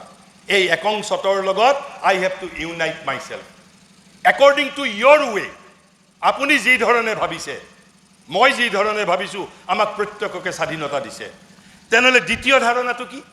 দ্বিতীয় ধাৰণাটো কৈছে যিকোনো সূত্ৰকাৰে এই ভিত্তিক যদি আপুনি স্বীকাৰ কৰে, অৰ্থাৎ একংশত উইথ ইনফাইনাইট ডাইভাৰ্চিটি যদি আমি স্বীকাৰ কৰোঁ, ভাৰতত যিসমূহ সহস্ৰ পন্থা স্বীকৃত, তাৰ যিকোনো এটা অথবা আনকি সেইসমূহ পন্থাৰ বহিৰ্গত কোনো এক নতুন পন্থা অৱলম্বন কৰি, আনকি নতুন পন্থাও আপোনালোকক গঢ়ি তুলিবৰ কাৰণে সনাতন ধৰ্মই স্বাধীনতা দিছে। সেইবাবে একেবাৰে আমাৰ 16শ শতিকালৈকে নানা সম্প্ৰদায়, আজিও ভাৰতবৰ্ষত নানা সম্প্ৰদায় প্ৰতিদিনে সৃষ্টি হয়। কৈছে যদি যি সহস্ৰ পন্থা এভেইলেবল আছে, সেই সহস্ৰ পন্থাই যদি আপোনাক সন্তুষ্ট নকৰে, আপুনি নিজৰ ফালৰ পৰা নতুন পন্থা এতিয়াও আৱিষ্কাৰ কৰি ল'ব পাৰে, নতুন সম্প্ৰদায় সৃষ্টি কৰিব পাৰে। ইমানেই বৈচিত্ৰ্যৰ ওপৰত গুৰুত্ব দিছে। আৰু কৈছে যদি আপুনি এই মহৎ আধ্যাত্মিক উদ্দেশ্য অনুসৰণ কৰে, আপুনি তেতিয়া এই ধৰ্মৰ মৰ্মস্থলত উপনীত হ'ব পাৰিব। অৰ্থাৎ যত মত তত পথ, অনন্ত পথ। আপোনাক এটা পথৰ মাজত কেৱল সীমাবদ্ধ কৰি ৰাখিবৰ বাবে হিন্দু ধৰ্মই প্ৰয়াস কৰা নাই। তেনেহ'লে একেবাৰে তৃতীয়টো কৈছে আমি প্ৰকৃতিৰ মাজতো ভগৱান আছে, যিজন বিশ্বব্যাপী নাৰায়ণ। বৈকুণ্ঠতো ভগৱান আছে, আৰু একেবাৰে অতীন্দ্ৰিয় জগততো ব্ৰহ্মণ অব্যক্ত ৰূপত আছে। কিন্তু এই যে আমি ভগৱানৰ লগত এক হ'ব লাগিব, কোনজন ভগৱানৰ মাজেৰে হ'ম? আমি সমগ্ৰ জগতৰ মাজতো বিচাৰিব পাৰোঁ।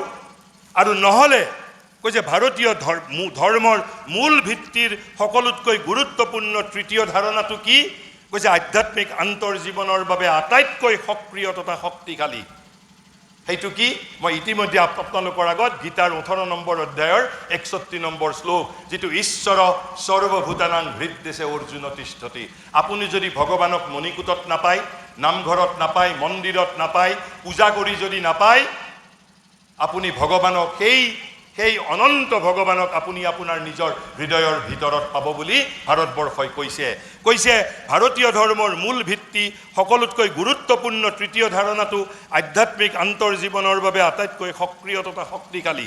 এয়া এই যে ব্ৰহ্ম বা পৰম তত্ত্বত সাৰ্বজনীন চেতনাৰ মাজেৰে আৰু সমগ্ৰ আন্তৰ বা বাহ্য প্ৰকৃতি ভেদ কৰি বা অতিক্ৰম কৰি এই মাথো উপনীত হ'ব পাৰি তেনে নহয়। অৰ্থাৎ এই বাহ্য প্ৰকৃতিক ভেদ কৰাৰ পিছতেই যে আমি সেই অনন্ত ভগৱানত উপনীত হ'ব পাৰিম তেনে কথা নহয়। সেইফালেৰেও কোনোবাই যাব পাৰে, কিন্তু তৃতীয় এটা পথ দিছে ভাৰতবৰ্ষই। কি কৈছে? নিজৰ আধ্যাত্মিক অংশৰ মাজত, নিজৰ আধ্যাত্মিক অংশ মানে নিজৰ আত্মা, কৈছে নিজৰ আধ্যাত্মিক অংশৰ মাজত ভগৱান বা তৎস্বৰূপৰ সাক্ষাৎ পাব পাৰে। এই কথা পৃথিৱীৰ আন কোনো ধৰ্মই কোৱা নাই। মই প্ৰত্যাহ্বানৰ সৈতে কৈছোঁ। এই যে গীতাই কৈছে ঈশ্বৰ সৰ্বভূতানাং হৃদ্দেশে অৰ্জুন তিষ্ঠতি, পৃথিৱীৰ কোনো ধৰ্মই কোৱা নাই, কোনো ধৰ্মই কোৱা নাই। কেৱল দুৰ্দান্ত সাহসেৰে কেৱল সনাতন ধৰ্মই কৈছে। আৰু এয়াই হ'ল ভাৰতীয় ধৰ্মমতৰ তৃতীয়টো ধাৰণা। অৰ্থাৎ প্ৰথমটো হ'ল একংশত বিপ্ৰাহ বহুধা বদন্তি, কিন্তু তেওঁ শাশ্বত আৰু অনন্ত। তেওঁ সেই একংশত মানুহৰ বৈচিত্ৰ্যময় আপোনাৰ ৰসবোধৰ মাজেৰে ভিন ভিন ধৰণে প্ৰকাশিত হৈছে আৰু হৈ থাকিব। দ্বিতীয়টো কথা, যত মত তত পথ, সাধনাৰ বাবে অজস্ৰ সাধনাৰ পথ ভাৰতবৰ্ষই মুকলি কৰি দিছে। যদি সেই মুকলি পথৰ মাজত যদি আপোনাৰ বাবে বিশ্বাসযোগ্য পথ নাই, আপুনি নিজৰ সম্প্ৰদায় সৃষ্টি কৰি ল'ব পাৰে। আৰু তৃতীয়টো হ'ল কেৱল বাহ্য প্ৰকৃতিক ভেদ কৰিয়েই যে আমি পৰম ব্ৰহ্মত উপনীত হ'ব পাৰিম তেনে কথা নহয়। ভগৱানক বিচাৰিবৰ বাবে আমি ক'তো যাব নালাগে। আমাৰ আধ্যাত্মিক অংশৰ মাজতেই শ্ৰীকৃষ্ণ শৰীৰে বিৰাজমান। আৰু শ্ৰীকৃষ্ণই কেৱল 18 নম্বৰ অধ্যায়ৰ 61 নম্বৰ শ্লোকতেই নহয়, প্ৰায় 15টা-20টা শ্লোকৰ জৰিয়তে বাৰে বাৰে তেওঁ যে মানুহৰ হৃদয়ৰ ভিতৰত থাকে, হৃদয়ৰ গোপন গুহাত যে তেওঁ বিৰাজমান, এই কথা বাৰে বাৰে তেওঁ উল্লেখ কৰিছে। একেবাৰে শেষত যেহেতু আমি অনন্ত বৈচিত্ৰ্যৰ কথা কৈছোঁ, এই অনন্ত বৈচিত্ৰ্যৰ কথা কৈছোঁ, সেই অনন্ত বৈচিত্ৰ্যৰ বিষয়ে আমি কিন্তু এই অনন্ত বৈচিত্ৰ্য মানে আচলতে কি, মই সেই বিষয়ে 2-3টা কথা কৈ মই শেষ কৰিব বিচাৰিছোঁ। 2-3টা কথা কৈ আমি বাৰে বাৰে কৈছোঁ একং সৎ বিপ্ৰাহ বহুধা বদন্তি, অথচ ব্ৰহ্মা বিষ্ণু মহেশ্বৰ কৃষ্ণ অজস্ৰ দেৱ দেৱী। ঘটনাটো কি আসল আপুনি স্বীকাৰ কৰে বা নকৰে? শ্ৰী অৰবিন্দই কৈছে বিশ্বাতীত এক ভাগৱত সত্তাই। বিশ্বাতীত মানে বিশ্ব যুগ অতীত, বিয়ণ্ড ৱৰ্ল্ড, সেই অতীন্দ্ৰিয় জগতৰ বৈকুণ্ঠৰ সেই ভগৱানেই কৈছে এক ভাগৱত সত্তাই জগতত সৰ্বৰূপে আত্মপ্ৰকাশ কৰিছে। সৰ্ব মানে একেবাৰে গছ লতা বৃক্ষ সাহিত্য সংগীত শিল্প জন্তু মানুহ। আৰু সেইবাবে আমাৰ ইয়াত গুৰুজনাই কি কৈছে যে কুকুৰ শিয়াল সকলোৰে মাজত তেওঁ একেই আত্মাক দেখা পাইছিল। কৈছে আৰু নানা দেৱতাৰ মূৰ্তিত বাস কৰিছে। সেই বিশ্বাতীত সত্তা কিন্তু নানা দেৱতাৰ মূৰ্তিত বাস কৰিছে। প্ৰথমটো হ'ল এই কথা। কিন্তু এই দেৱতাত বাস কৰাৰ অৰ্থটো কি? তেওঁ 3টা বিশেষকৈ ব্ৰহ্মা বিষ্ণু মহেশ্বৰ। আৰু যিটো কথাৰ প্ৰতি আপোনালোকে যদি সূক্ষ্ম দৃষ্টিৰে যদি লক্ষ্যপাত কৰে, শংকৰদেৱেও তেওঁৰ কীৰ্তন ঘোষাৰ নাম অপৰাধত এই বিষয়ে তেওঁৰ শ্ৰোতাৰ দৃষ্টি আকৰ্ষণ কৰি গৈছে। মই সেই বিষয়ে ব্যাখ্যা কৰিবলৈ নাযাওঁ। তেওঁ বাৰে বাৰে স্পষ্ট ভাষাত তেওঁ নাম এই অপৰাধৰ মাজত এই শিৱ আৰু বিষ্ণুৰ মাজত পাৰ্থক্য কৰিবলৈ মানা কৰি থৈ গৈছে। মই কোৱা নাই, শ্ৰীমন্ত শংকৰে লিখি থৈ গৈছে। আপোনালোকে আজিয়েই গৈ কীৰ্তনৰ নাম অপৰাধ বোধহয় 49 নে 53, মই অলপমান পাহৰিব পাৰোঁ। কৈছে যিজনা অনন্ত তেওঁ ব্ৰহ্মাৰূপে সৃষ্টি কৰে। অৰ্থাৎ মোক ঘৰত মায়ে কিন্তু আপোনালোকে দিগন্ত বিশ্ব শৰ্মা বুলি মাতিছে, মোক কিন্তু মায়ে দিগন্ত বিশ্ব শৰ্মা বুলি নামাতে, মোক আন এটা নামেৰে মাতে, কিন্তু অথচ মানুহ মই এজনেই। কৈছে যেতিয়া সেই অনন্ত ভগৱানে জগত সৃষ্টি কৰে তেতিয়া ভাৰতবৰ্ষই তেওঁক নাম দিছে ব্ৰহ্মা। তাৰপিছত কৈছে যেতিয়া জগতক পালন কৰে তেতিয়া তেওঁ বিষ্ণুৰূপে পালন কৰে। আকৌ কৈছে ৰুদ্ৰ বা শিৱৰূপে সংহাৰ কৰে অথবা নিজৰ মাজত প্ৰত্যাহিত কৰি লয়। কিন্তু ব্ৰহ্মা বিষ্ণু ৰুদ্ৰ 3জন একেই দেৱতা, একেই অনন্তৰেই কেৱল মাত্ৰ প্ৰতিভূ। কিন্তু যেতিয়া তেওঁৰ কাম, যেতিয়া আপুনি আজি ৰাষ্ট্ৰীয় স্বয়ংসেৱক সংঘত কাম কৰিছে, আপুনি স্বয়ংসেৱক। আপুনি যেতিয়া আন এটা সামাজিক সংগঠনত গৈ কাম কৰিব তেতিয়া আপোনাৰ তাত স্বয়ংসেৱকৰ পৰিচয় নাথাকে, কিন্তু আপুনি মানুহ কিন্তু একেজনেই। সেইবাবে কৈছে যিজনা অনন্ত তেওঁ ব্ৰহ্মাৰূপে সৃষ্টি কৰে, যিজনা অনন্ত তেওঁ বিষ্ণুৰূপে পালন কৰে, যিজনা অনন্ত ৰুদ্ৰ বা শিৱৰূপে সংহাৰ কৰে অথবা নিজৰ মাজত প্ৰত্যাহিত কৰি লয়। তাৰপিছত এতিয়া দেৱীৰ কথা কৈছে। পৰাশক্তি মানে যিটো সুপ্ৰিম পাৱাৰ, অদিতি বুলি আমি যাক কওঁ, অদিতি জননী বুলি যাক কওঁ, যে পৰাশক্তিয়ে মংগলময়ী ৰূপে ধাৰণ তথা পালন হেতু জগন্মাতা লক্ষ্মী বা দুৰ্গা সেই ৰূপত নিজকে ৰূপায়িত কৰে। অৰ্থাৎ যেতিয়া জগতক ধাৰণ কৰিব লাগে, পালন কৰিব লাগে, সেই পৰাশক্তিয়ে নিজৰ নাম কি লয়? লক্ষ্মী বা দুৰ্গা। আকৌ যেতিয়া সংহাৰৰ ছদ্মবেশত যেতিয়া কালীৰ মূৰ্তি ধৰে তেতিয়া কৈছে আনকি সংহাৰৰ ছদ্মবেশতো মংগলৰ বাবেই চণ্ডী বা কৰাল বদনা কালী মাতা মূৰ্তিত আবিৰ্ভূতা হয়। অৰ্থাৎ লক্ষ্মী দুৰ্গা অথবা কালী একেগৰাকীয়েই দেৱী, অনন্ত পৰাশক্তি। তাৰপিছত তেওঁ কৈছে একেই অদ্বয় ভগৱানে তেওঁৰ গুণাৱলীৰ নানা ৰূপত, তেওঁৰ গুণাৱলীৰ নানা ৰূপ মানে অসংখ্য ৰূপ, অনন্ত ৰূপত নানাবিধ নাম তথা নানা দেৱতা ৰূপে নিজকে অভিব্যক্ত কৰে।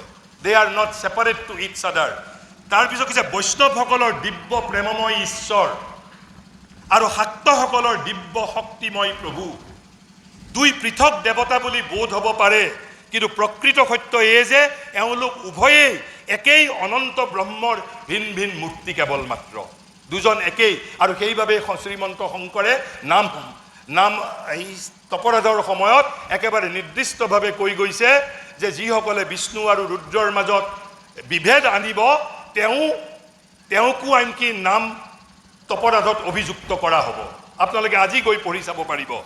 তাৰপিছত কৈছে এইসমূহ নাম তথা ৰূপৰ যিকোনো এটাৰ মাজেৰে ভাৰতবৰ্ষই স্বাধীনতা দিছে।